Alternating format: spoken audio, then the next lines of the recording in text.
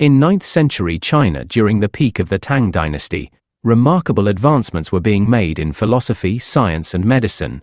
Influenced by Taoism, Chinese alchemists, who were tirelessly searching for the elixir of life through natural elements and herbs, spent their days and nights conducting experiments.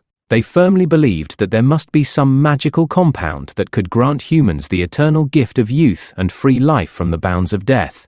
In an ancient Chinese temple, where both religious teachings and the study of alchemy took place, an alchemist named Lao Zhang was working in his laboratory with his apprentices. With his head bowed and a delicate bamboo stick in his hand, he mixed various powders, sometimes a little sulfur, sometimes charcoal, and sometimes potassium nitrate. His goal, as always, was to create a magical formula that could extend life. "Master, if we add more herbs to this mixture, perhaps its effect will increase," suggested his apprentice Liang.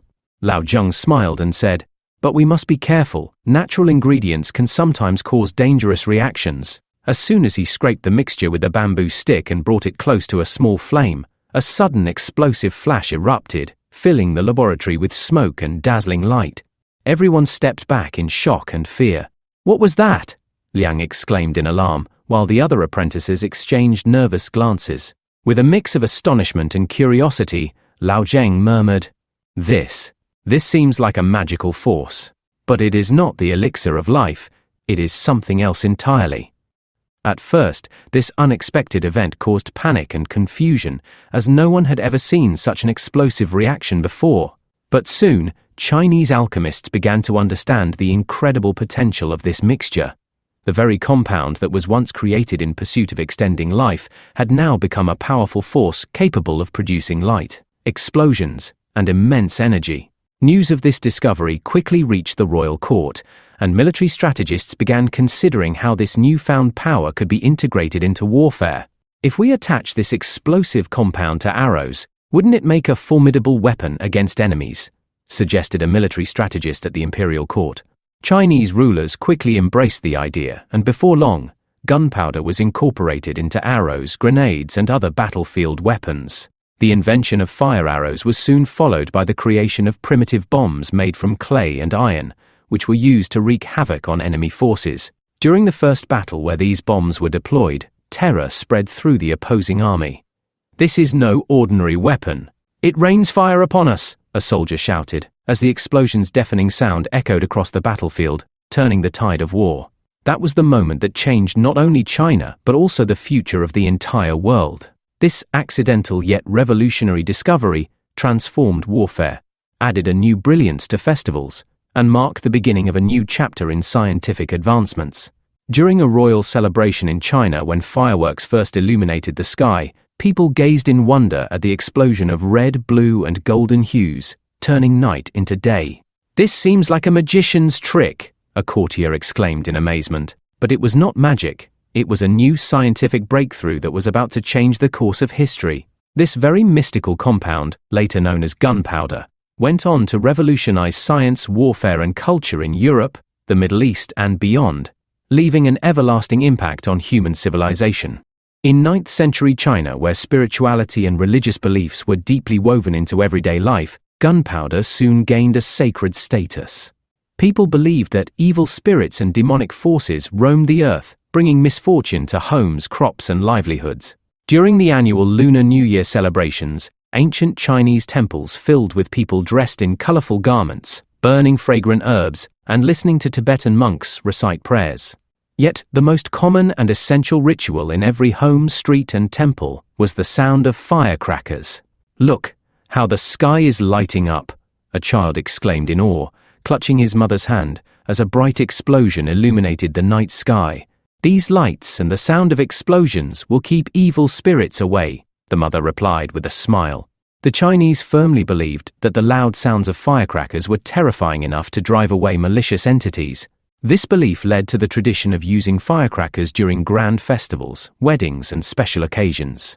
In ancient Chinese cities, where imperial courts glowed with grandeur, streets flickered with lanterns, and marketplaces overflowed with enticing aromas, fireworks became a form of entertainment and spectacle.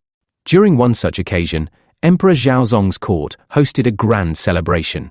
The royal gardens were adorned with silk banners, The air was thick with fragrant incense, and court musicians played harmonious melodies on their instruments. Suddenly, an alchemist bowed before the emperor and said, "Your Majesty, tonight we shall present a sight unlike anything you have ever seen."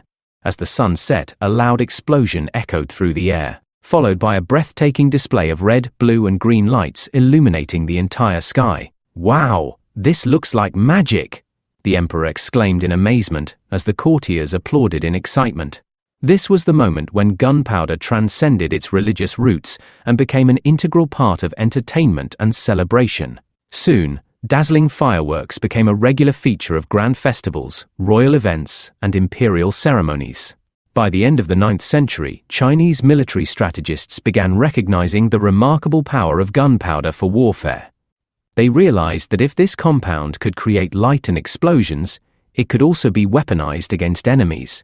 By the 10th century, the Chinese army had developed fire arrows. These were ordinary arrows but with a small gunpowder packet attached to their rear, which ignited upon release and set enemy targets ablaze. In southern China, during a fierce rebellion against the Tang army, a general commanded his soldiers, "Prepare yourselves. The moment the enemy reaches the fortress, release the fire arrows."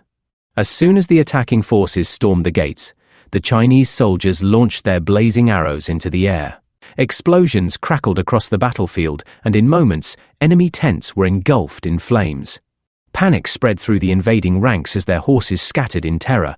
Chinese engineers soon began filling clay and iron spheres with gunpowder, creating primitive grenades that could be hurled at enemy lines. These bombs were ignited with torches, and upon reaching their targets, they exploded with devastating force. In one ancient fortress, Chinese soldiers, under siege and desperate to repel their attackers, turned to a military alchemist for advice. "If we use gunpowder bombs, we might push the enemy back," the alchemist suggested. The general immediately gave the order, and soldiers began hurling fire-filled bombs from the fortress walls. The explosions created chaos within the enemy ranks, forcing them into a disorganized retreat. Recognizing gunpowder's immense potential, Chinese military engineers soon devised bamboo rocket launchers, capable of firing multiple rockets simultaneously. During a battle strategy meeting, a Chinese general addressed his troops. "These are no ordinary arrows. They will rain death from the skies. The moment the enemy advances, unleash the rocket launchers." As the enemy forces approached, the Chinese army unleashed a storm of flaming rockets. Within seconds, dozens of fiery projectiles soared through the air, crashing into enemy formations and setting them ablaze. The sheer force of the attack sent shockwaves through the opposing army, forcing them into a frantic retreat. This was the moment when gunpowder ceased to be merely a spectacle and became a formidable weapon of war. As this invention spread to the Islamic world and Europe, it paved the way for the development of cannons, firearms, and modern military technology.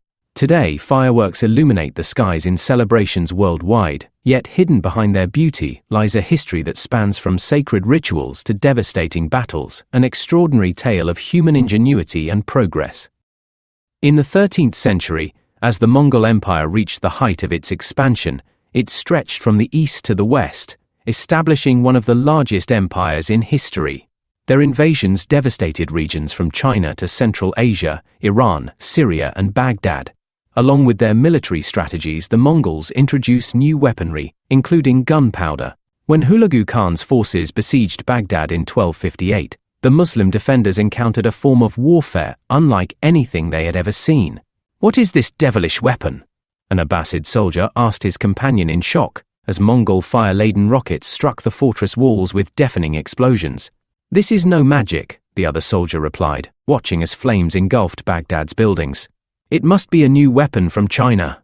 The Mongol invasions introduced the Muslim world to the immense power of gunpowder. However, Islamic scholars and military experts quickly refined this technology. Thinkers like Ibn Khaldun and Nasir al-Din al-Tusi studied its principles, while the Ottoman Mamluk and Safavid rulers developed even more advanced explosive weaponry. Muslim scientists experimented with improved metal alloys for gunpowder weapons, leading to the creation of massive cannons and more destructive incendiary bombs. By the late 14th century, the Ottoman Empire had built a powerful artillery force capable of demolishing the strongest European fortifications. While Islamic scholars were enhancing gunpowder technology, European rulers and warriors learned about it through the Crusades. They realized that mastering this invention was essential for increasing their military strength. Gunpowder first arrived in Italy and Spain, initially as a spectacle for royal celebrations and courtly displays of lights and explosions. But soon, European military strategists recognized its potential as a weapon. If we load this powder into a large metal cylinder, we could fire it at our enemies using a cannon, an Italian military expert suggested in the king's court. This could be a groundbreaking weapon. Begin work immediately, the king commanded with enthusiasm. Italy was the first in Europe to integrate gunpowder into artillery, soon followed by France, Spain, and England. The 100 Years' War, 1337 to 1453, between England and France, saw both sides deploying gunpowder-powered cannons and incendiary bombs. During the Reconquista in Spain, Christian armies used gunpowder artillery extensively against Muslim forces. In England, the War of the Roses, 1455 to 1487, saw the emergence of early gunpowder-based firearms. By the 15th century, gunpowder had revolutionized European military forces. The invention of muskets and cannons rendered traditional bows and swords nearly obsolete. Portuguese explorers were the first to apply gunpowder in naval warfare. When Vasco da Gama reached the shores of India in 1498, his ships were armed with gunpowder cannons. "What kind of ship is this that spits fire?" An astonished Indian coastal guard exclaimed. The presence of powerful artillery on European ships gave them dominance in global trade. Portugal, Spain, the Netherlands, and England all used gunpowder cannons to expand their colonial empires. In 1453, Sultan Mehmed the Conqueror launched his historic assault on Constantinople, using massive gunpowder cannons to breach its supposedly indestructible walls. "Our cannons are breaking through the fortress walls," an Ottoman soldier shouted in excitement as thick smoke rose, and the city's defenders watched in horror at the unstoppable force of the Ottoman artillery. This was the moment when gunpowder changed the fate of wars, making even the most fortified castles and cities vulnerable. It is astonishing that what was once an accidental discovery by Chinese alchemists became a catalyst for transformation in both warfare and entertainment. In China, gunpowder was first used in religious rituals and celebrations. In the Islamic world, it evolved into a sophisticated military weapon. In Europe, it led to the development of cannons, firearms, and powerful warships that redefined the art of war. The Ottoman, Portuguese, Spanish, and British empires leveraged gunpowder to expand their global influence.